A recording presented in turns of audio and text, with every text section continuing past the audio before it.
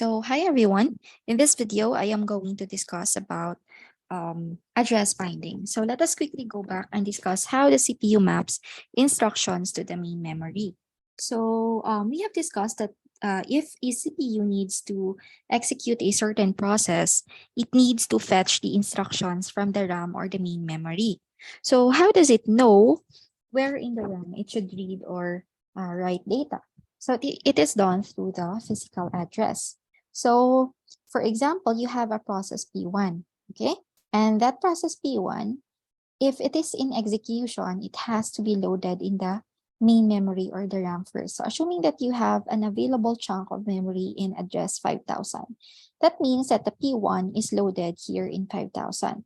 Now, since CPU needs to fetch this P1, so it will retrieve P1 through the physical address 5000.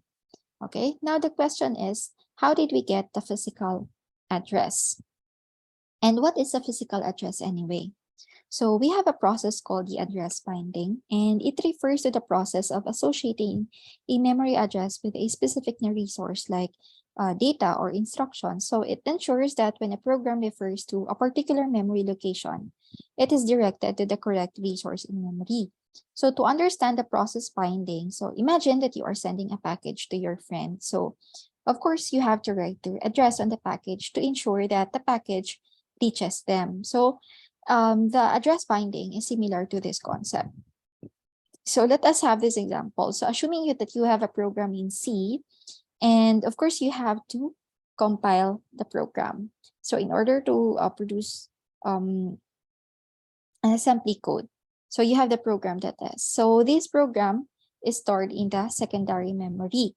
So during the compilation of the program, the compiler assigns some symbolic addresses to some variables and functions based on their name. So for example, you have the variable count or I or J, or let's say variable sum that you have created. So these symbolic addresses are like placeholders that represent the memory locations where the resources will be stored when the program is executed. So as you can see here, we have, let's say, this symbolic addresses. Okay, and then on the line 5, you have a go-to statement that tells you to go to L3 or line 3.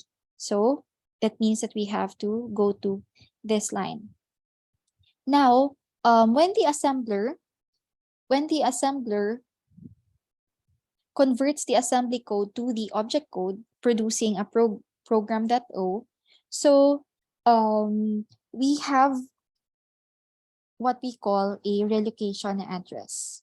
Okay, so as you can see here, in the assembly code, we have go to L3. In the symbolic addresses, we have the go to L3. But we have the relocation address, and it tells us to go to 3, since the L3 also refers to this line 3. And this line 3 is in this address 3. Okay, so we have to go to 3. Note that both the program.s or the assembly code and the object code are stored in the secondary memory. So after running the assembler, so we have to load it into the memory, right? So we have to load the program in the main memory in order for us to execute it. So assuming that we have these lines of codes that are mapped into the memory. So we have this line 0. So let's say this is loaded into 5000 in the main memory, address 5000. This line 1 is loaded into 5001, and so on and so forth. Okay, so these addresses are what we call as the physical addresses. So this represents the actual physical memory location where the data or instructions are stored. So let us quickly go back here to the relocation address that we have.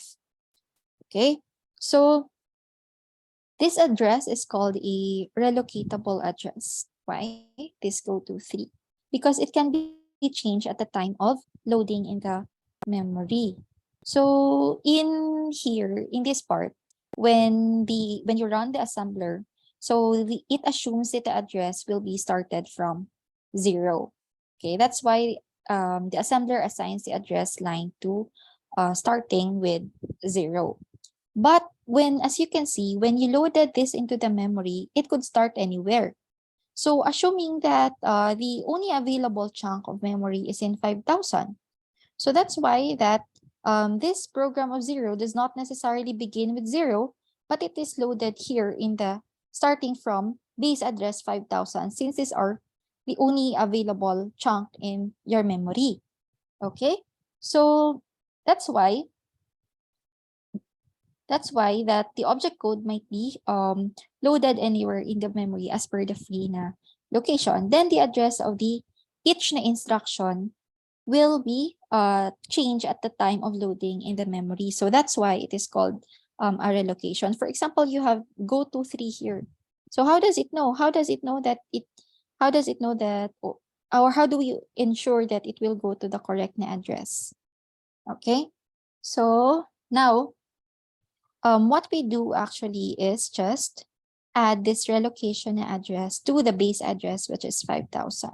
So then it will give us the correct line, which is 503. As you can see, this physical address 5003 is mapped with line 3. And as you can see, this line 3 is also mapped in your actual program, which is in line 3. So we are accessing the correct na address. So why again is it called the correct na address? Because it could change. This address could change when we load it in the memory. Okay, so yeah. Now going back, how do we map these physical addresses into the CPU? So we had earlier shown you how a certain program is being converted into an assembly code, and we have the symbolic addresses.